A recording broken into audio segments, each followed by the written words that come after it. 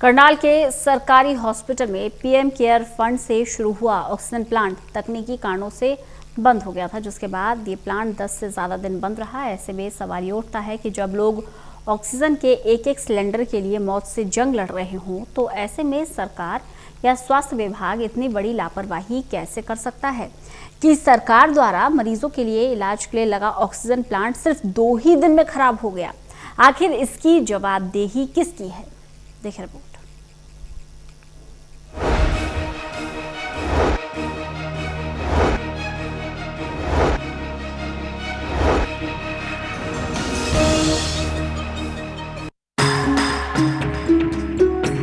देश में कोरोना की नई लहर में न जाने कितने मरीजों ने ऑक्सीजन की कमी की वजह से दम तोड़ दिया। लोग ऑक्सीजन के एक एक सिलेंडर के लिए संघर्ष कर रहे हैं। इसको देखते हुए प्रदेश सरकार ने कई जिलों में ऑक्सीजन प्लांट लगाने के निर्देश दिए। इसी कड़ी में 4 मई को करनाल के सरकारी अस्पताल में ऑक्सीजन प्लांट की शुरुआत की गई। पीएम केयर फंड से शुरू हुए इस प्लांट की क्षमता 200 लीटर प्रति मिनट के हिसाब से ऑक्सीजन बनाने की थी, लेकिन शुरुआत होने के 2 दिन बाद ही ये ऑक्सीजन प्लांट तकनीकी कारणों से बंद हो गया। दरअसल जिस कंपनी का ये ऑक्सीजन प्लांट था, उसके इंजीनियर लॉकडाउन होने की वजह से इस प्लांट को इंस्टॉल करने के लिए करनाल नहीं पहुंच पा रहे थे। इसके कारण प्लांट को स्थापित करने में देरी आ रही थी।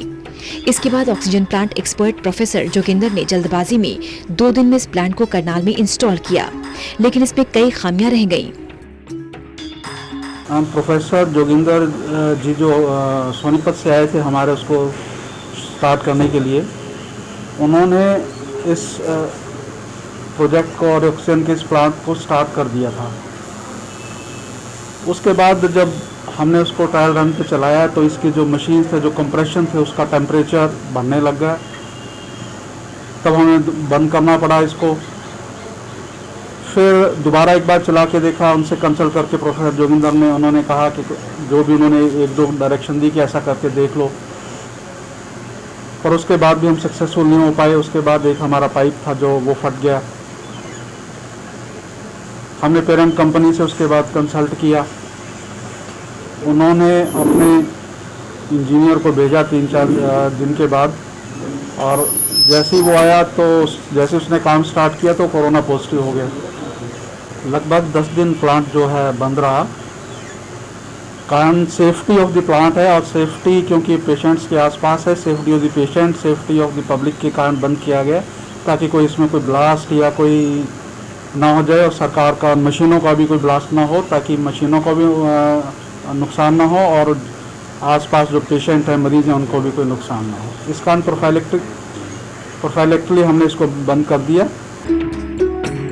वहीं प्लांट में खराबी आने के बाद उस कंपनी से संपर्क किया गया, जिन्होंने प्लांट को दोबारा से इंस्टॉल तो कर दिया।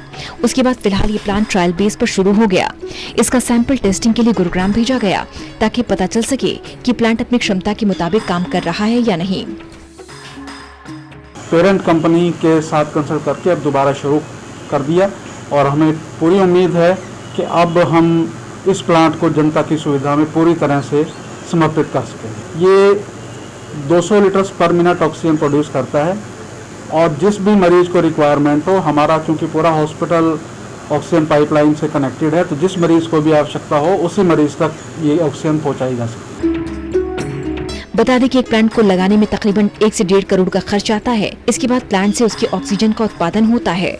ऐसे में सवाल ये उठता है कि जब प्रदेश में ऑक्सीजन के लिए हाहाकार मचा हो, लोग अपनी एक एक सांस के लिए मौत से जंग लड़ रहे हों, ऐसे में किसी ऑक्सीजन प्लांट के 10 दिन तक बंद रहने से न जाने कितनी मुश्किलों का सामना करना पड़ता होगा। साथ ही सबसे बड़ा सवाल ये है कि सरकार और स्वास्थ्य विभाग की तरफ से जिसको प्लांट इंस्टॉल की जिम्मेदारी दी गई थी, क्या उनको कंपनी का काम नहीं देख लेना चाहिए था? इस प्लांट के काम न करने के चलते अगर कोई बड़ा हादसा हो जाता तो उसकी जिम्मेदारी किसकी होती? करनाल से विकास महिला की रिपोर्ट।